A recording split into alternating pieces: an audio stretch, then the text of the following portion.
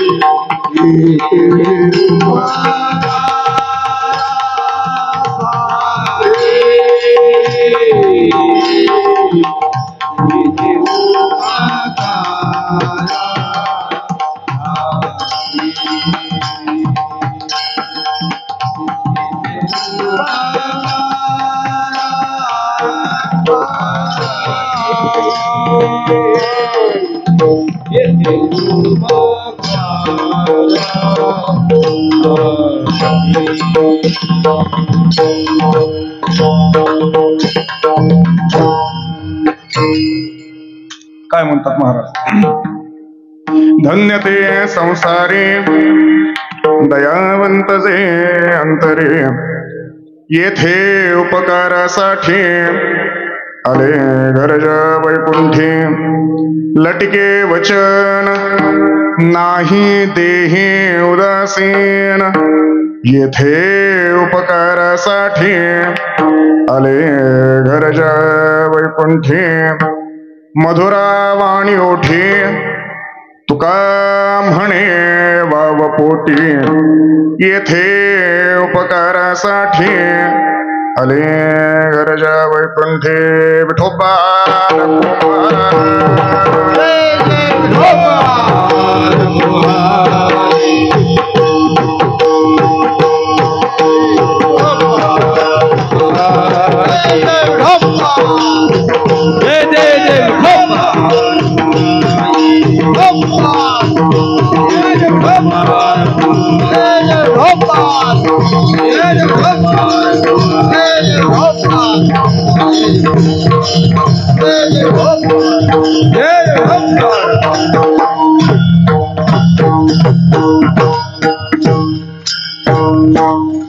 धन्य ते संसारी दयावंत जे अंतरी, येथे उपकारासाठी आले गरज वैकुंठी.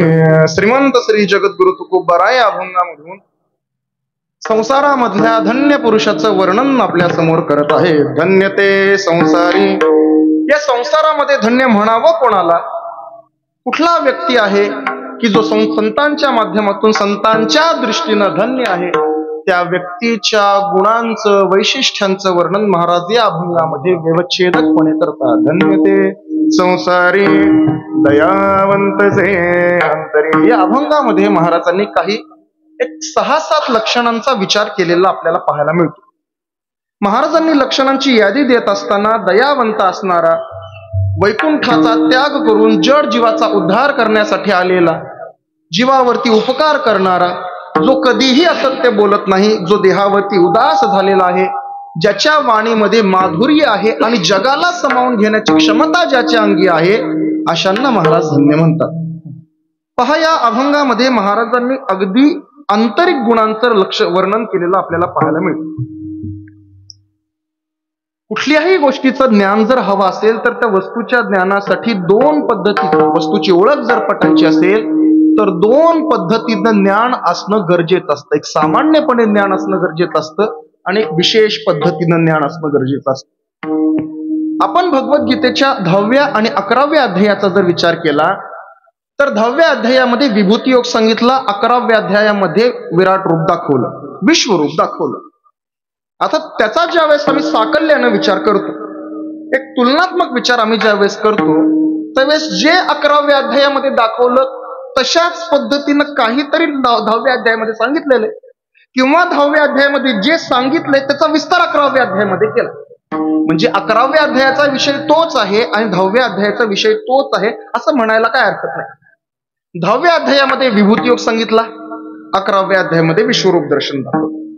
विभूती योग सांगत असताना अर्जुनाला सांगितलं, अर्जुना तुला ह्या सृष्टीमध्ये ज्या पण काही चल असतील, अचल वस्तू असतील, त्या प्रत्येक गोष्टीमध्ये माझी विभूती पाहायला मिळेल. प्रत्येक गोष्टीमध्ये भगवंताने 10व्या अध्यायामध्ये आपली विभूती कशा कशामध्ये आहे याची लांबलचक यादी आपल्याला दिली, लांबलचक यादी दिली. मासानाम मार्गशीर्षोऽहं ऋतूनां कुसुमाकरः यज्ञानां च यज्ञोऽस्मि स्थावराणां हिमालयः अश्वत्थः सर्ववृक्षाणां देवर्षीणां च नारद. अशी अनेक श्लोक आहेत, अनेक श्लोक आहेत की ज्या श्लोकांच्या माध्यमातून भगवंतांनी आपल्या विभूती कुठल्या कुठल्या घटकांमध्ये कशा कशा आहेत त्याची लांबलचक यादी दिली. आणि 11व्या अध्यायामध्ये भगवंत अर्जुनाला विराट रूप दाखवतात. ते विराट रूप दाखवत असताना भगवंताच्या एका मुखातून सृष्टीचा प्रभाव होताना अर्जुनाला दिसतो आणि दुसऱ्या मुखामध्ये सृष्टीचा प्रलय झालेला अर्जुनाला दिसतो.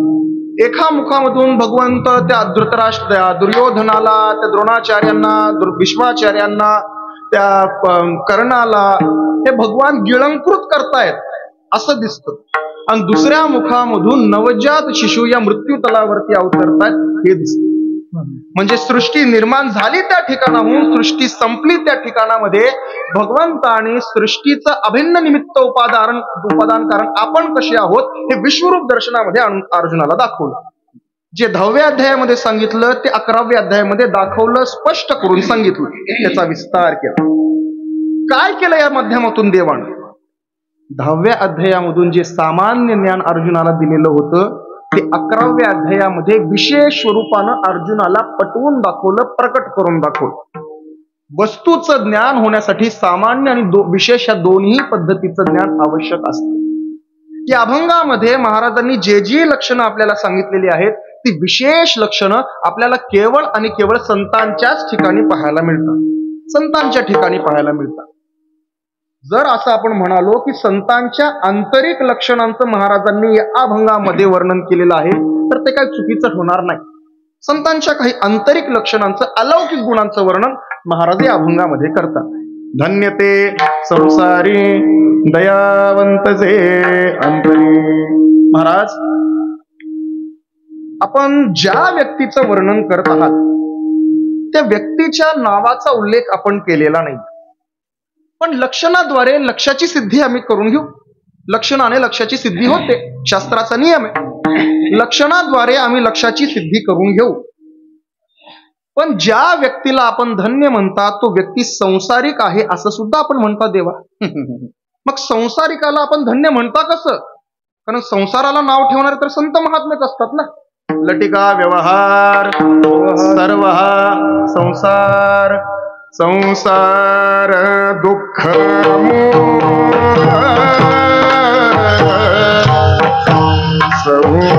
सगळे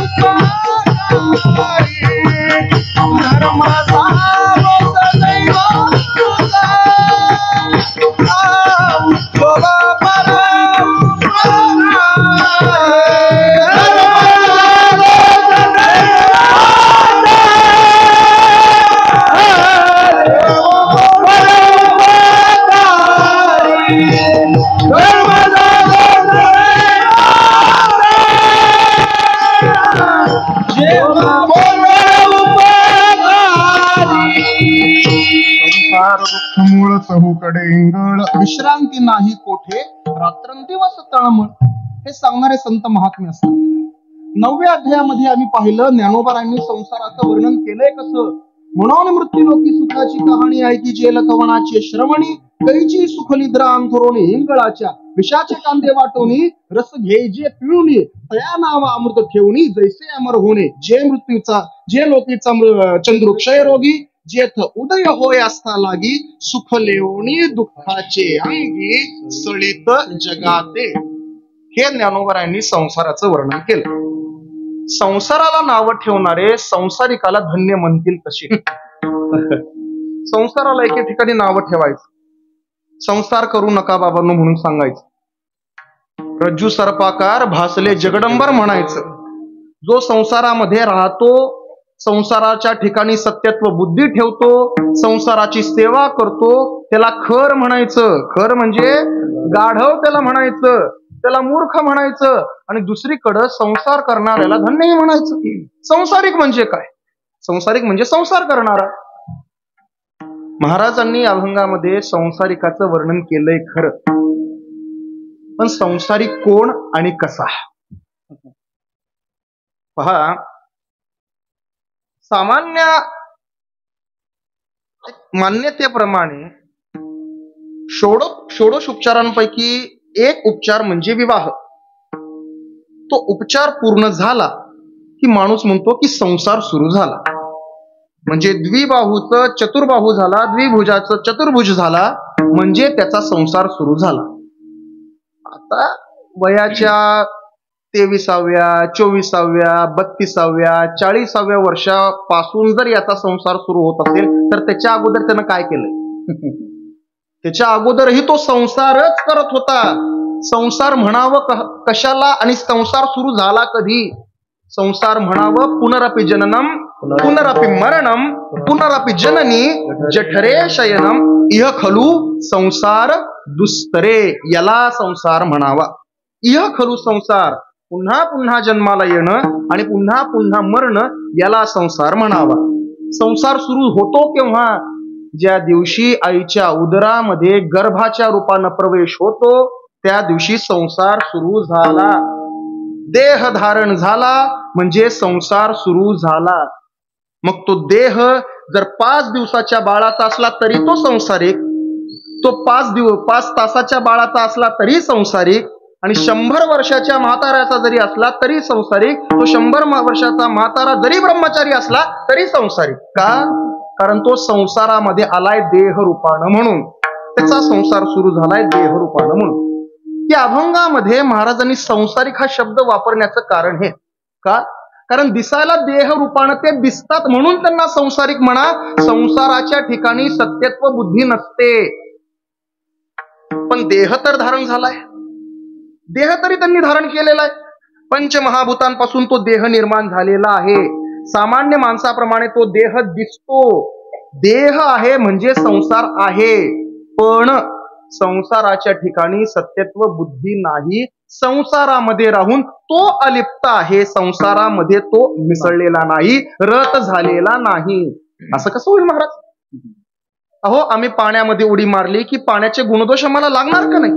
लागणार. पाण्याचा स्पर्श झाला की जो अवयवाला पाण्याचा स्पर्श झालाय तो अवयव भिजणार. पाण्याचा धर्म आहे, ज्या वस्तूच्या संपर्कामध्ये येईल त्या वस्तूला भिजवणं, ओलं करणं हा पाण्याचा धर्म आहे. संसारामध्ये आल्यानंतर संसारापासून अलिप्त राहता येत नसतं, संसाराचे गुणदोष लागत असतात. कसं संसारापासून वेगळं राहता येईल महाराज? राहता येत नाही. महाराज म्हणतात तुमच्याच उदाहरणानं तुम्हाला उत्तर देऊ म्हणे. कसं? पाण्यामध्ये राहून पाण्यापेक्षा वेगळं राहता येतं. कसं राहता येतं?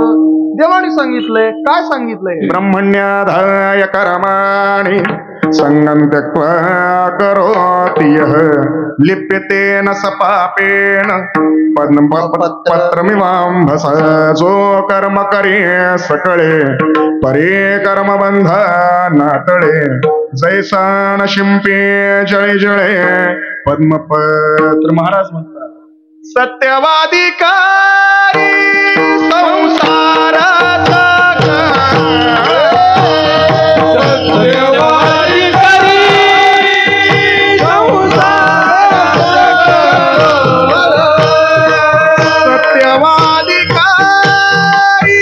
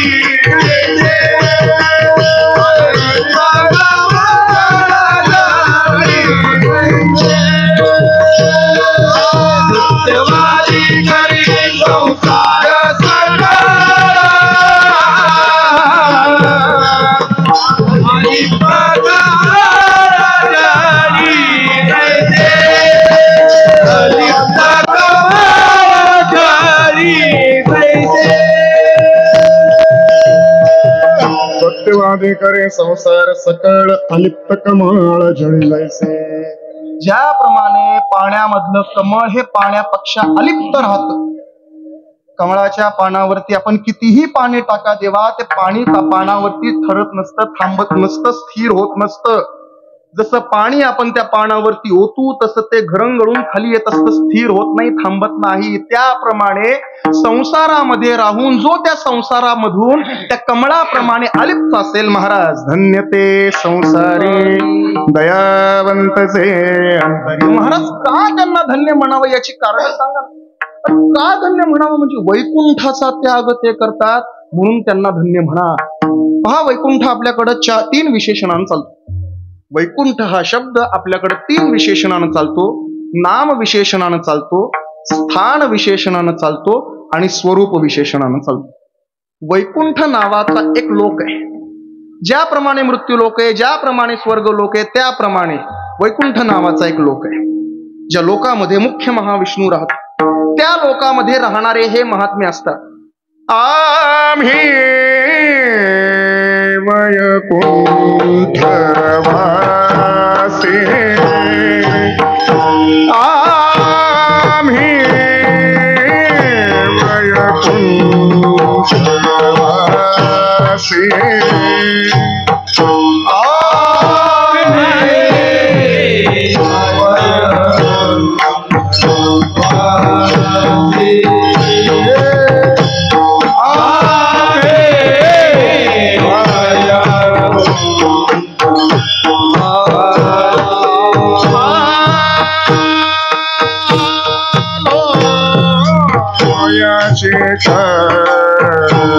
करणासी आलो याची करणासी आलो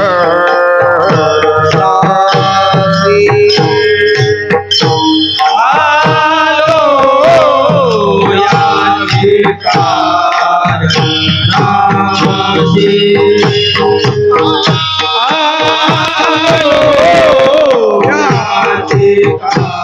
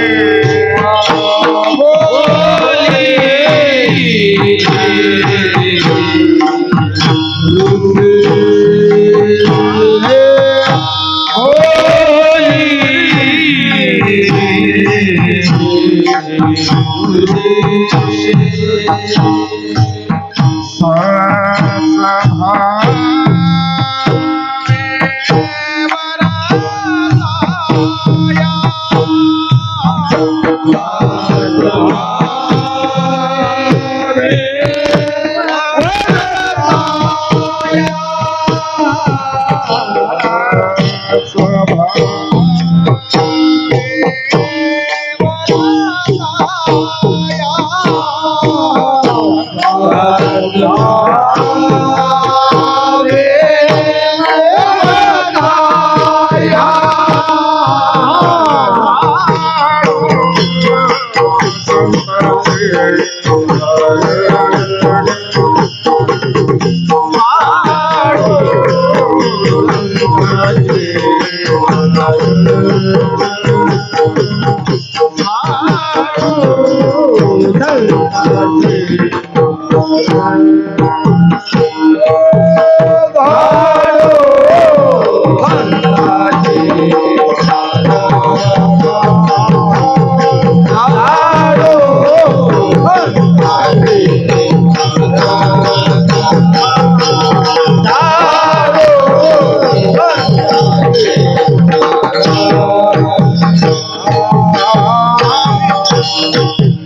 आम्ही वाया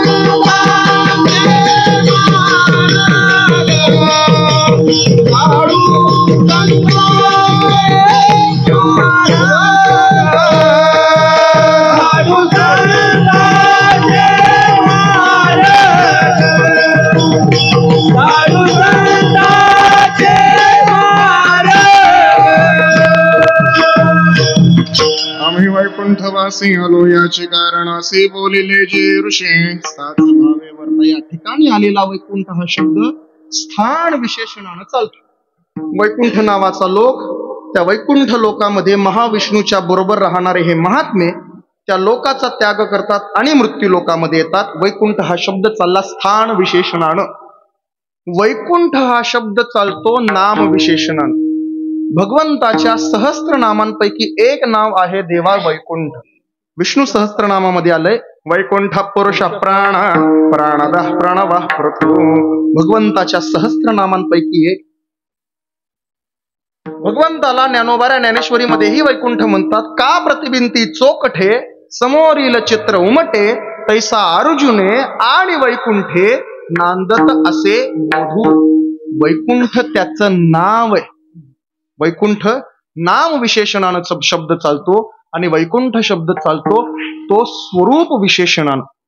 ज्याप्रमाणे तो व्यापक आहे त्याप्रमाणे हेही व्यापक आहे. ज्याप्रमाणे तो विस्तारलेला आहे त्याप्रमाणे हेही विस्तारलेले आहेत. भगवंताचं विस्तारत्व सांगत असताना महाराज नाटाच्या अभंगामध्ये म्हणतात पहा. विठ्ठल विस्तारेला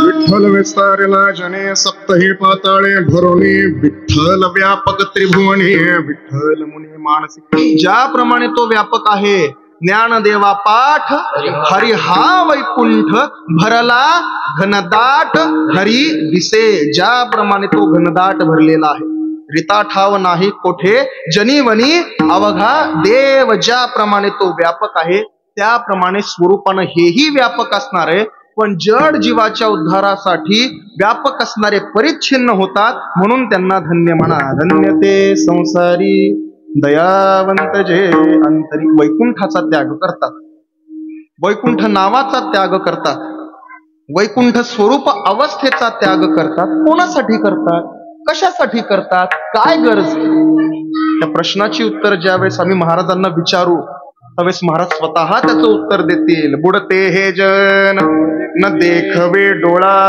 वाम मार्गाला निघालेला समाज आम्हाला पाहावत नाही, पथभ्रष्ट झालेला समाज आम्हाला पाहावत नाही, पतनाला निघालेला समाज आम्हाला पाहावत नाही. म्हणून त्यांचा उद्धार करण्यासाठी आम्ही इथे येतो, त्यांचा उद्धार करतो. जीवावरती संत महात्मे उपकार करतात. काय करतात? उपकार करतात म्हणजे नेमकं तर ज्या गोष्टीचं ज्ञान त्याला नाहीये ना, त्या गोष्टीचं ज्ञान संत महात्मे करून देतात. संसाराचं ज्ञान त्याला नाही, संसाराचं ज्ञान करून देतात. आत्मस्वरूपाचं ज्ञान त्याला नाही, आत्मस्वरूपाचं ज्ञान संत महात्मे करून देतात. आम्हाला अभ्यासक्रमामध्ये भाषेच्या पुस्तकामध्ये एक धडा होता. जंगलाचा राजा सिंह एक दिवशी शिकार करण्यासाठी म्हणून बाहेर पडतो. आपल्या थाटामध्ये जंगलामधून निघालेला तो सिंह, त्याला माहितच नाही त्याचं ते बछडं पाठीमागं येतंय म्हणून. बाप आपल्या थाटामध्ये समोर पुढं, ते बछडं पाठीमागं. आता ते सिंहाचं झालं तरी लहान बछडे, पाणी साठलेलं दिसलं की त्याच्यामध्ये उड्या मारत बसणार, खेळत बसणार. एखादं फुलपाखरू दिलं की त्याच्या पाठीमागं पळत बसणार. खेळण्याच्या नादामध्ये बाप पुढं निघून गेला ह्याला माहित नाही, ते आपलं खेळत बसलं. नंतर बापाला हुडकतोय, बाप दिसतोय कुठं, बाप गेला निघून पुढं. ज्या दिशेला रस्ता दिसेल त्या प्रत्येक दिशेला दिवसभर धावतो, बापाला हुडकण्याचा प्रयत्न करतो, ओरडतो, रडतो, कंटाळतो, एका ठिकाणी बसतो आणि झोपी जातो. काही वेळानंतर तिथे एक कोल्हा येतो. तो कोल्हा त्या बछड्याला पाहतो आणि पाहिल्यानंतर त्या बछड्याच्या बद्दलची दया त्याच्या मनामध्ये निर्माण होते. आपल्या तोंडामध्ये त्या बछड्याला धरतो आणि तो आपल्या बरोबर घेऊन जातो. सिंहाचं बछड लहानाचं मोठं कोल्ह्यांच्या कळपामध्ये होतं. ज्याप्रमाणे कोल्ह्यांनी राहावं त्याप्रमाणे यानं राहावं. कोल्ह्यांनी जे खावं त्यानं हे खावं. कोल्ह्यांनी जसं ओरडावं तसं यानं ओरडावं. बाकीच्या प्राण्यांच्या मनामध्ये याच्याबद्दलची भीती मेलेली. अरे नुसतं दिसतंय हे सिंह, कुठं काय करतंय आपल्याला काय करत, बिंदास्त सगळे झालेले. एक दिवशी तळ्यावरती पाणी प्यायला म्हणून गेले. सगळे प्राणी एका ठिकाणी पाणी पित होते. पलीकडच्या काठावरती दुसरा सिंह आला. याला कोण घाबरत नव्हतं, पण दुसरा सिंह दिसला की मग मात्र सगळे घाबरले. सगळे सैरा वैरा धावू लागले. आता ते बाकीचे जनावर धावतात म्हणल्यावर हे पण त्यांच्या पाठीमागं धावू लागले. त्या दुसऱ्या सिंहाला कळना, सिंहासारखा सिंह दिसा लागलाय आणि त्या कोल्ह्याच्या आणि कुत्र्याच्या पाठीमागं का पळा लागला, याला कळलं. ते पळत पळत या काठावरती आलं. त्याला अडवलं. थांब म्हणे, थांब थांब, का पळतोयस? का पळतोय म्हणजे बाकीचे पळतायत म्हणून मी पळतोय. अरे ते मला घाबरून पळतायत, मी पण तुला घाबरून पळतोय. तू का घाबरतोयस मला? अरे का घाबरतोयस म्हणजे तू सिंह आहेस, मला मारशील, मला खाशील म्हणून मी घाबरून पळतोय. मी सिंह आणि तू कोण आहेस? म्हणे मी कोल्हा आहे. कोण म्हणलं तुला कोल्हा आहेस? अरे लहानाचा मोठा मी कोल्ह्यांमध्ये झालो. कोल्हे जसे राहतात तसा मी राहतो, ते जे खातात ते मी खातो, कोल्ह्याप्रमाणे ओरडतो. मग मी कोल्हा नाही तर कोण आहे? त्याने त्याला घेतलं, तळ्याच्या काठावरती आला, पाणी स्थिर होऊ दिलं आणि सांगितलं, या पाण्यामध्ये बघ, त्यातला तू कोण आहे मला सांग आणि मी कोण आहे मला सांग. पाहू लागलो, जशी त्याला आयाळ तशी ह्याला आयाळ, जसा त्याचा रंग तसा याचा रंग, जसे त्याचे डोळे तसे याचे डोळे, जशा त्याच्या मिशा तशा याच्या मिशा. हा म्हणायला लागला, यातला तू कोण आहेस रे, मी कोण आहे मला कळा ना, मी तुझ्यासारखाच दिसतो याच्यामध्ये. आता मला सांग, तू जर माझ्यासारखा दिसत असशील आणि मी जर सिंह असेल तर तू कोण आहेस? म्हणे मग मी पण सिंह आहे. मग कशाला कोल्ह्या कुत्र्यांसारखा राहतो? पाठीवरती जोरात थाप टाकली, सिंहासारखी गर्जना करून दाखवली, त्याने सिंहासारखी गर्जना केली. काल्पनिक कथा आहे देवा, पण माझ्या सांगण्याचा हेतू काय ते लक्षात घ्या. कोल्ह्यांच्या कळपामध्ये लहानाचा मोठा झालेला सिंह स्वतःला कोल्हा समजतो. संसारामध्ये आम्ही आलो आणि संसारामध्ये आल्यानंतर आम्ही म्हणजेच संसार असं आम्ही स्वतःला समजू लागलो. आम्ही संसार रूप आहोत, संसारातला भाग आम्ही आहोत, हे आम्ही स्वतःला समजून घेऊ लागलो. ज्याप्रमाणे त्या सिंहावरती कोल्हा हा आरोपित होता, त्याप्रमाणे या ब्रह्मावरती जीव संसार हा आरोपित झाला आणि त्याच्या ठिकाणी तो सत्यत्व बुद्धी ठेवू लागला. संत महात्मे येतात आणि त्याला याच गोष्टीचं ज्ञान करून दाखवतात, ज्ञान देतात.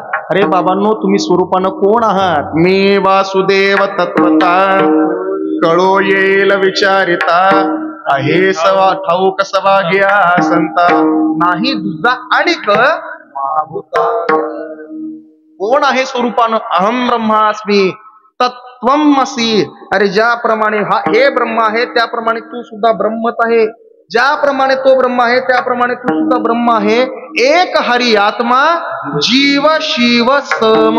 हरीमध्ये, जीवामध्ये आणि शिवामध्ये एकच आत्मा सम आहे. स्वरूपानं तुम्ही ब्रह्म आहात, स्वरूपानं तुम्ही हरी आहात, स्वरूपानं तुम्ही शिव आहात. तुमच्यामध्ये बदल नाही. स्वतःला संसाराप्रमाणे समजू नका. आत्मस्वरूपाचं ज्ञान संत हे करून देतात. त्या स्वतः जीवाला स्वतःची ओळख संत महात्मे करून देतात, म्हणून जीवावरती उपकार करतात. जीव ज्या ठिकाणचा पत्ता विसरलाय त्या ठिकाणी हाताला बोटाला धरून घेऊन जातात आणि सुखरूप त्या ठिकाणी पोहोचवतात. एक 20 वर्षांपूर्वीचा काळ देवा, काळामध्ये मुंबईबद्दल आपल्या मनामध्ये खूप आकर्षण होतं. आपल्या गावातून एखादा माणूस मुंबईला गेलेला असायचा, खेड्यातून एखादा माणूस मुंबईला गेलेला असायचा आणि तो कार्यक्रमासाठी, सुट्ट्यांसाठी, काहीतरी कामासाठी गावाकडे यायचा. मग गावाकडचे त्याचे जुने मित्र त्याला आपल्या संध्याकाळी घेऊन बसायचे, त्या मारुतीच्या पारावरती घेऊन बसायचे, विचारायचे, आमच्या गावातनं मुंबईला गेलेला आहेस तू, सांगते मुंबई कशी आहे? काय मुंबईबद्दल वर्णन करावं बाबा, काय तिथल्या सडका आहेत, काय तिथली चौपाटी आहे, काय त्या चौपाटीवरची भेळ लागती, काय तिथल्या बाजारपेठ आहेत, काय तिथले रस्ते आहेत, अरे 10-10 मजली इमारती. अरे गावाकडं तुम्ही 2-2 मजली घरामध्ये राहताय रे बाबांनो. मुंबईमध्ये चला, 2-2 मजली गाड्यात गाड्या, खाली एक मजला आणि वरती एक मजला, रस्त्यावरती 2-2 मजली गाड्या धावतात. माणूस म्हणून जन्माला आल्यानंतर माणसाने एकदा का होईना मुंबईला जाऊ, तर त्याच्या माणूसपणाला अर्थ. पंढरपूरला जा, नाहीतर नका जाऊ, पण मुंबईला गेल्याशिवाय राहू नका. मुंबईचं वर्णन शब्दामध्ये करता येत नाही बाबांनो, ते मुंबईचा अनुभव यावा लागतो. शाब्दिकाचे काम नाही, शब्दामध्ये वर्णन होत नाही. अशी ती अद्भुत नगरी आहे मुंबईची. काय त्या मुंबईचा महिमा सांगा. तर एवढं वर्णन झालं की कोणाचाही विचार होतो, जावं चला बाबा मुंबईला म्हणून. पण जायचं कसं मुंबईला? ठाऊक कुठे आहे जायचं कसं आणि काय करायचं? विचार करतो, मित्रांना जर बरोबर घेऊन गेलं तर बरं होईल, तेवढाच जरा आनंद मिळेल म्हणून मित्रांना विचारतो. मित्र पण तयार होतात, रेल्वेचं तिकीट करतात, रात्री गाडीला बसतात, सकाळी उतरतात, स्टेशनच्या जवळ खोली करायची, सामान तिथं टेकवायचं, आंघोळ करायची, तिथला एक माणूस घ्यायचा ज्याला मुंबई माहित आहे आणि त्याला घेऊन मुंबईमध्ये फिरायचं, बरंच फिरायचं. आता ह्यांनी मुंबई बघितली म्हणजे कशी बघितलेली? जत्र्यामध्ये पत्र्याच्या डब्यामध्ये बघितलेली ती मुंबई. आमच्या लहानपणी जत्र्यामध्ये मुंबई दर्शनाचा डबा असायचा बघा, आईस्क्रीमचा गाडा असतो की नाही 3 चाकी.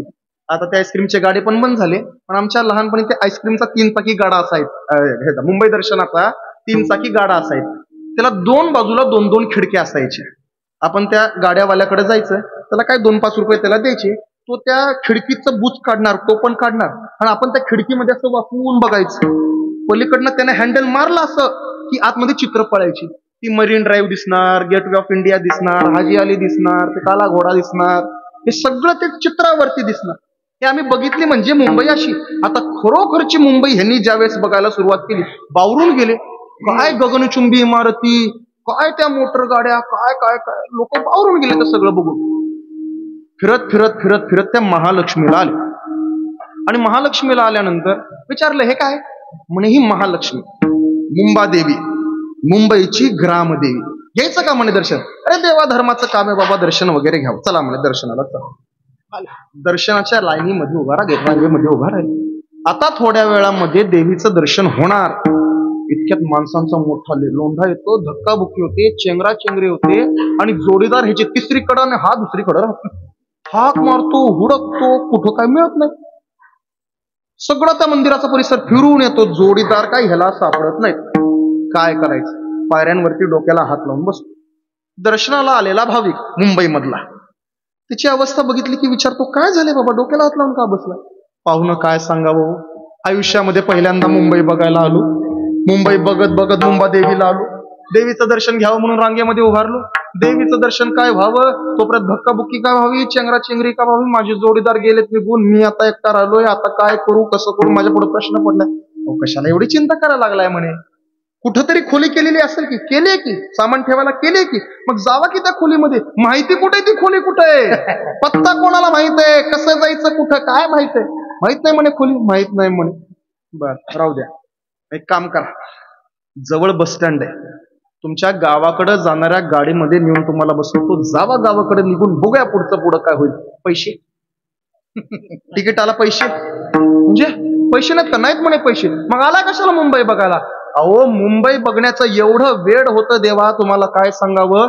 गावातनं निघताना प्रत्येकानं पैसे काढले, एका माणसाजवळ दिले, त्याला सांगितलं चहाचे तू पैसे, भाड्याचे तू पैसे दे, तिथं जो काय खर्च होईल ते सगळे पैसे तू भागवत बस, कमी पडले तर तुझ्याकडचे घाल, गावाकडे आल्यानंतर देतो. तिथं आम्हाला मुंबई बघताना पैसे मागायचे नाही. ज्याच्या जवळ पैसे ठेवले तोच नाही म्हणे आता आता करू काय, प्रश्न पडलाय, गावाकडे पण जाता येत. मग म्हणे हे बघा, आता दुसरा कुठलाही पर्याय नाहीये, आता चला गावदेवी पोलीस स्टेशनला चला, पोलिसांच्या ताब्यात तुम्हाला देतो, पोलीस बघतील तुमचं काय करायचं. म्हणून ते दोघं पोलीस स्टेशनकडे जायला निघतात. एवढ्यात त्या मुंबईकराचा मित्र तिथे येतो आणि विचारतो, अरे कुठं चाललास रे? पोलीस स्टेशनला चाललोय. का? यांना घेऊन चाललंय. काय केलं यानं काय केलेलं नाही बाबा, चुकलाय बिचारा मुंबईमध्ये, पोलिसांच्या ताब्यात दिलं, पोलिसांच्या हवाले केलं की बघतील त्याची काय विल्हेवाट लावायची, काय करायचंय, कुठं पाठवायचंय, काय करायचं. आणि काय झालं पाहुणं, कसं काय चुकले? सगळी कथा तो सांगतो. मुंबई बघायला आलो, देवीच्या दर्शनाला थांबलो, धक्काबुक्की झाली, जोडीदार गेले, सगळं सांगतो. विचारतो, किती जोडीदार होते तुमचे, मित्र किती होते? म्हणे 4 जण होते. काय कपडे घातले होते? काय आपला सदरा घातलेला, खाली पॅन्ट घातलेली, खांद्यावरती गमजा टाकलेला, डोक्यावरती टोपी होती. इकडं येत असताना तर पुढच्या तिकटीमध्ये 4 माणसं उभा होत, त्यांच्या बाजूने मी चालत आलो, आणि बाजूनच चालत येत असताना कानावरती शब्द पडला, जोडीदार हरवलाय, आता तक्रार दाखल केली पाहिजे, बहुतेक तुमचे माणसं असतील बरं का, चला म्हणे तिथपर्यंत नेऊन तुम्हाला सोड. त्याच्या हाताला बोटाला धरतो आणि त्या जोडीदारांपर्यंत आणून स्वतः तो सरतो. हात धरून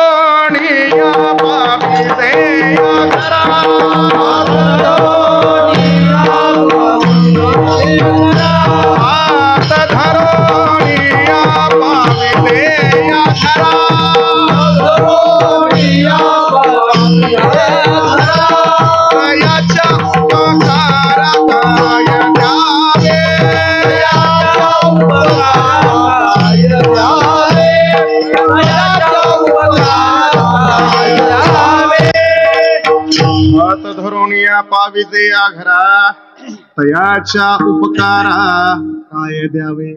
चुकलेल्या गर्दीमध्ये चुकलेल्या माणसाला त्याच्या माणसांपर्यंत पोहोचून जो उपकार तो ग्रस्त त्या माणसावरती करतो, त्याप्रमाणे संसारामध्ये येऊन आम्ही सुद्धा रस्ता चुकलोय, आमच्या हाताला बोटाला संत महात्मे धरतात आणि आमच्या स्वस्थानापर्यंत पोहोचवतात. म्हणून त्यांना धन्य म्हणा. धन्य ते संसारी दयावंतचे अंतरी येथे उपकारासाठी आले घरच्या वैकुंठी. धन्य ते संसारी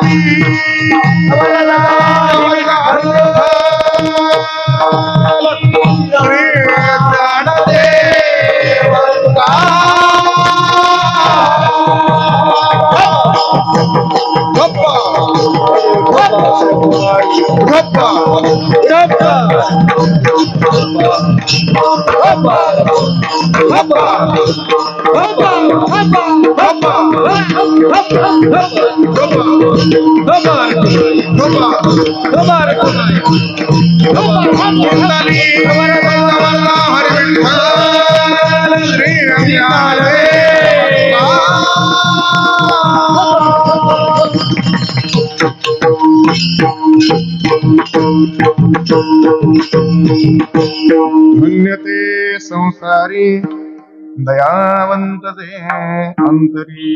जीवावरती उपकार करतात, वैकुंठाचा त्याग करतात, म्हणून त्यांना धन्य म्हणा.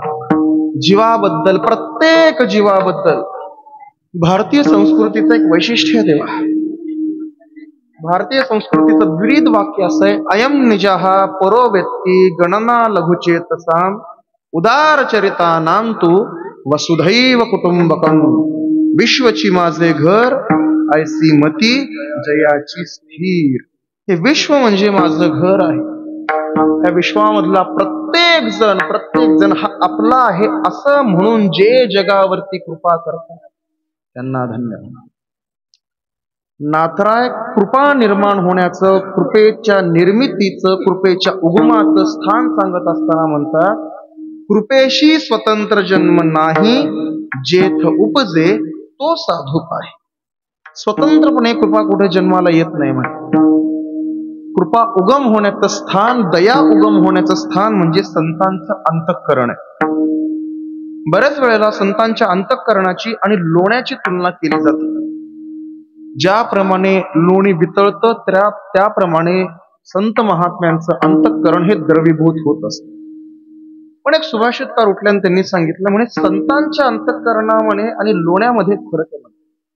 लोणी काय होतं, त्या लोण्याला स्वतःला जर दाह लागला तर ते वितळतं, पण संतांचं तसं नसतं. जर दुसऱ्याला त्रास झाला, दुसऱ्याला जर दाह लागला, दुसऱ्याला जर त्रास झाला, तर त्या त्रासापासून यांना सुद्धा त्रास होतो, दुसऱ्याच्या त्रासापासून यांचं अंतःकरण द्रवीभूत होतं. एवढी जगावरती दया. काही काही ठिकाणी दयेला सामान्य धर्म म्हटला गेला आहे, विशेष धर्म नाहीये म्हणे. सामान्य धर्म कसा, प्रत्येकाच्या मनामध्ये दया असतेच म्हणे.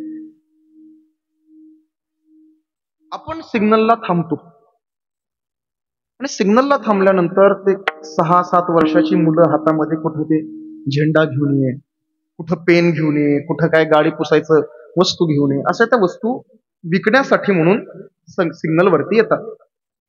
त्या मुलांकडे आपण पाहतो आणि गाडीमध्ये बसल्या आपल्या मुलाकडे आपण बघतो. आपल्या मुला एवढंच ते मूल आहे, पण त्याला या वयामध्ये किती त्रास सहन करावा लागतो, किती हलाखीच्या परिस्थितीमध्ये त्याला जगावं लागतं. आणि आमचं पोरग जितकं वाया घालवतं तितकं त्याला मिळतं का नाही म्हणून त्या पोराला आपण रागवत बसतो, दया दाखवतो. कोणाबद्दल? ते सिग्नल वरती जे पेन वगैरे विकतात की नाही त्यांच्याबद्दल. दया कुठपर्यंत असते आपली? जोपर्यंत बत्ती लाल असते तोपर्यंत. ती लालची हिरवी बत्ती झाली की गाडीला गेअर टाकतो, निघून जातो. दया सिग्नल वरतीच राहिली. कुठं गेली दया? काय केलं दयेचं? काही नाही.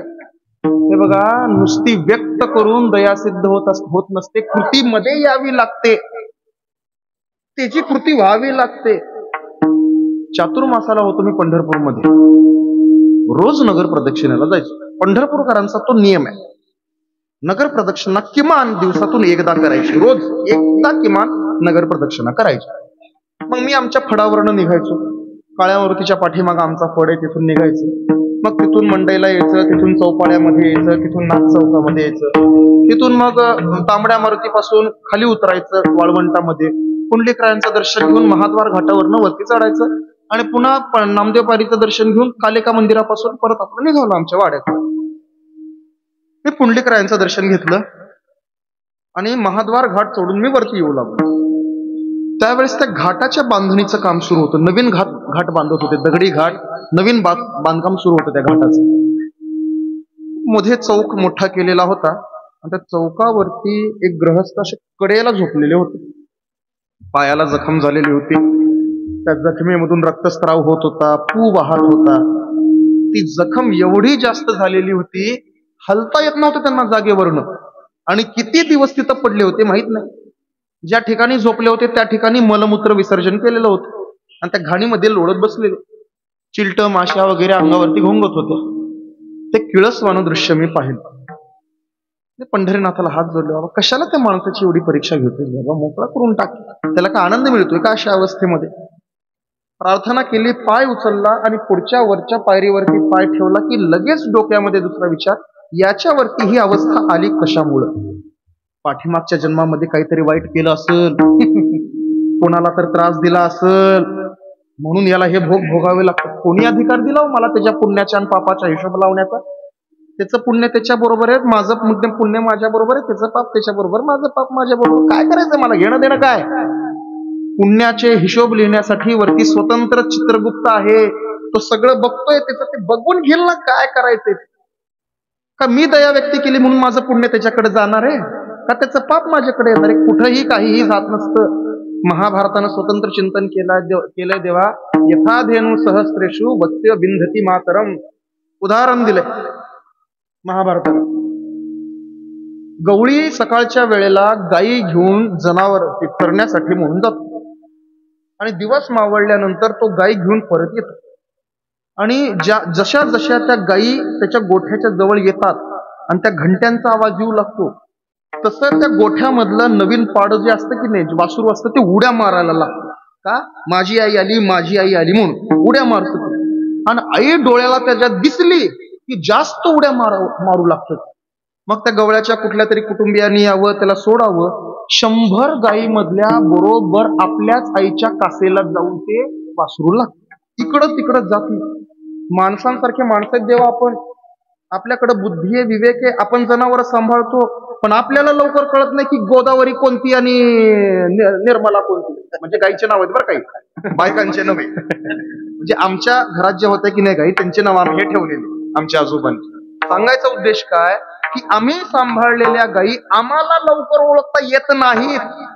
माणसांसारखे माणसं आम्ही आहेत पण आम्ही सुद्धा चुकतो पण ते वासरू चुकत नाही हो आपली आई म्हणून दुसऱ्या कुठल्या गायीच्या कासेला जाऊन ते लागत नाही बरोबर आपल्याच आईच्या कासेला जाऊन ज्याप्रमाणे ते वासरू लागतं की नाही त्याप्रमाणे आपण केलेले कर्म हे आपल्याकडंच येतात दुसरीकडं कुठेही ते जात नाहीत कुठंच जात नाही महाभारतानं स्वतंत्र चिंतन त्याच्यावरती केलंय स्वतंत्र महाभारत अरे कोणीही असू द्या हो अवश्यमेव भोक्तव्यम कृतम कार्य शुभाशुभम ना भुक्तम क्षयते कर्म कल्पकोटी शतैरपि अवश्यम भावी भावानां प्रतिकारो भवेत यदि तदा दुःखेन लिप्येरन नल रामधिष्ठिरः 3 उदाहरणं दिलेत नल प्रभू रामचंद्र आणि युधिष्ठिर हे तिघही महान पुरुष होऊन गेलेत पण त्यांना सुद्धा त्यांचे भोग चुकलेले नाहीयेत आपलं काय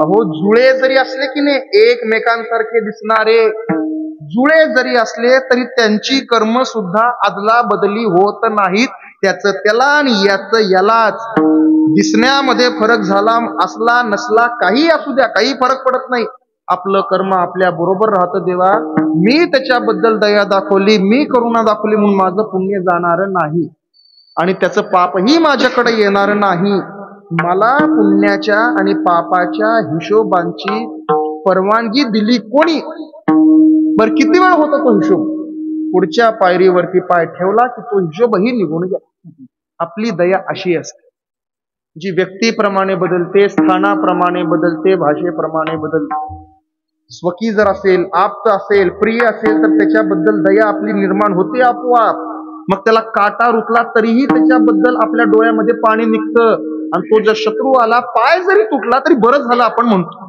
का हो असं माणसासारखा माणूस आहे ना तो त्याच्या पायाला नुसता काटा टोचलाय तर लगेच तुम्ही हळहळ व्यक्त करता त्याचा अख्खा पाय गेलाय हो तर तुम्ही बरं झालं म्हणता का तो तुमचा शत्रू आहे आणि हा तुमचा मित्र आहे म्हणून हा भेद संतांच्या ठिकाणी नसतो दया करणे जे पुत्रासी तेची दासा आणि दाशी अशी त्यांची अवस्था भेदभाव ते करत नाही प्रत्येक जीवावरती दया करणं हा त्यांचा स्वभाव असतो म्हणून त्यांना धन्य म्हणा कधीही खोटं बोलत नाही लटिके वचन नाही देहावरती उदास ते झालेले असतात तरी जो या देहावरी उदासू ऐसिया परी देहावरती ते उदास झालेले असतात देहावरती उदास झालेले असतात केवळ निर्वाहापुरता देह सांभाळणं हा त्यांचा व्यवहार असतो हा त्यांचा व्यापार असतो नाहीतर आपल्यासारखं रोज धुतलेले कपडे घातले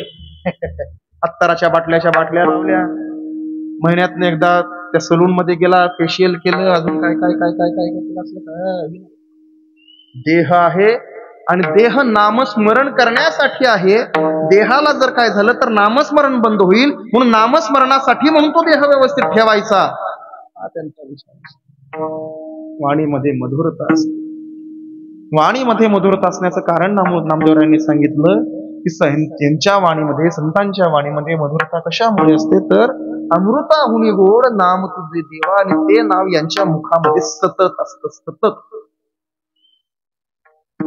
ज्ञानोबारायांनी ज्ञानेश्वरी लिहिली आणि ज्ञानोबारायांनी ज्ञानेश्वरी लिहित असताना परिहार दिला या ग्रंथसिद्धीचा ग्रंथ करण्याच्या वेळेस हा ग्रंथ करण्याचा मला अधिकार प्राप्त झाला कशामुळे हे सांगताना ज्ञानोबाराय परिहार देतात माझ्या सत्यवादाचे तप वाचय केले बहुत कल्प कल्पकल्पांतरापासून सत्यवादी राहिलो, कधीही खोटं बोललो नाही, म्हणून तो अधिकार प्राप्त झाला.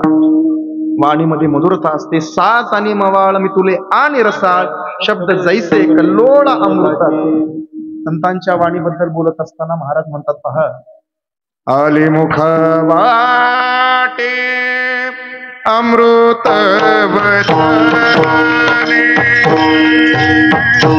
आली मुखावाटे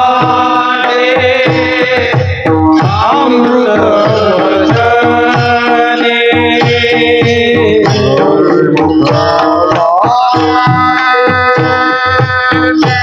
अमृत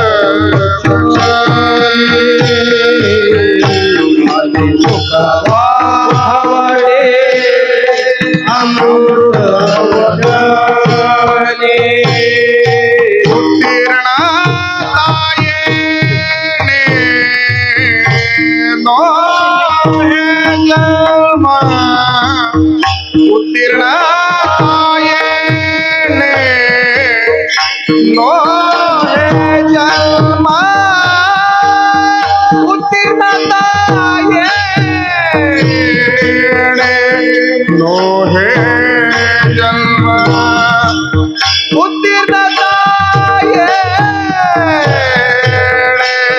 नो हे जन्म, आले मुखावाटे अमृत वचने,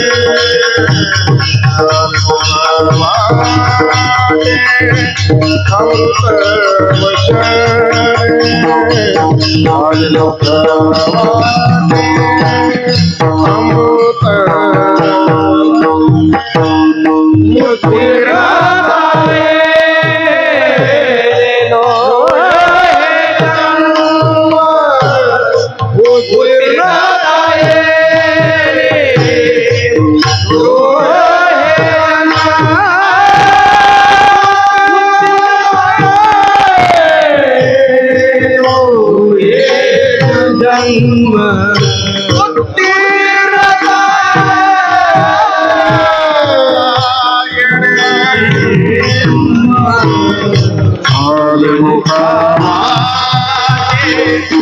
अमृत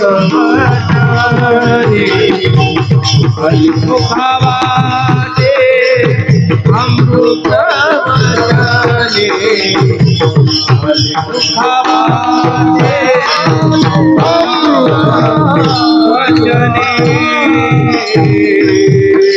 आली मुखावाटे अमृत वचने, उत्तीर्णता येणे, नो हे जन्म अमृता समान यांची वचन असतात.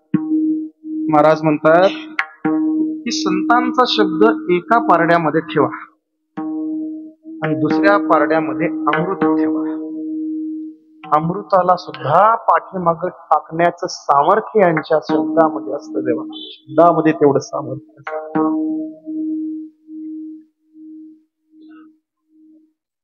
भगवद्गीतेचा परिणाम सांगत असताना पहा, भगवद्गीतेचा अर्जुनावरती परिणाम झाला तो निराळा झाला आणि संजयावरती झाला तो निराळा झाला. अर्जुनाच्या निमित्तानं निर्माण झालेली भगवद्गीता अर्जुनाचा शोक मोह निवृत्त करते, विशेष नाहीये. अर्जुनाला ब्रह्मज्ञानाची प्राप्ती करून देते, विशेष नाहीये. का? त्याच्यासाठीच झाले होते. अर्जुनाचे व्याजे गीता प्रकाशोने श्रीराजे संसार आले थोरोशे खेळले जगाचे. अर्जुनाच्या निमित्तानंच झाले. सर्वोपनिषदो गावो दोगदा गोपारनंदना पार्थो वत्स सुधीर भोक्ता दुग्धम गीतामृतम महत्. अर्जुनाच्यासाठीच झालेली भगवद्गीता. अर्जुनाचा शोक मोह दुःख सगळं निवृत्त करेल, काही विशेष मला वाटत नाही. कुठलाही संबंध नसताना त्या भगवद्गीतेचा परिणाम जर संजयावरती होत असेल तर मात्र विशेष. भगवंताच्या शब्दाचं सामर्थ्य सांगत असताना संजयाने शब्दाचं सामर्थ्य सांगितलं, पण ते सामर्थ्य जास्त स्पष्ट रूपाने ज्ञानोबारांनी तुमच्या आमच्या समोर आणलं. ऐकताची कोठी ब्रह्मत्वाची पडिली मिठी. नुसते ते शब्द ऐकले की ब्रह्मत्वाची पडली मिठी ब्रह्मस्वरूपता प्राप्त होऊन जाते देवा, ब्रह्मस्वरूपता प्राप्त होऊन जाते. नुसते ते शब्द जरी ऐकले तरी काय शब्दाचं घेऊन बसलाय, काय घेऊन बसलाय. विपाय आठविले चित्ता तरी दे आपुली योग्यता, तया ते प्रशंसिता लाभाच. नुसतं स्मरण जरी झालं ना, स्मरण जरी झालं तरी दे आपुली योग्यता, कृपा कटाक्ष न्याहाळिले आपुल्या पती पैसे. कैवल्य कणकाची या दाना पाहिजे थोर किसाना, दृष्ट्याच्या दर्शना पाडाऊ जो. असं त्यांचं सामर्थ्य असतं देवा. त्या संसाराचा उद्धार करण्यासाठी ते एकटे आणि एकमेव. नाहीतर भगवान म्हणत नाही का, देव म्हणते रुक्मिणी हा एकच योगी देखील आणि हेची ज्ञान संजीवनी जाण त्रैलोक्यासी. एकची योगी आणि एकची ज्ञान संजीवनी. या संसारामध्ये केवळ आणि केवळ धन्य म्हणण्यासारखे ते एकच असल्यामुळे धन्य ते संसारी दयावंतचे अंतरे, येथे उपकारासाठी आले घरच्या वैकुंठे लटिके वचन, नाही देही उदासीन. येथे उपकारासाठी आले घरच्या वैकुंठी, मधुरावाणी ओठी तुका म्हणे वावपोटी. येथे उपकारासाठी आले घरच्या वैकुंठी. मधुरावाने ओठी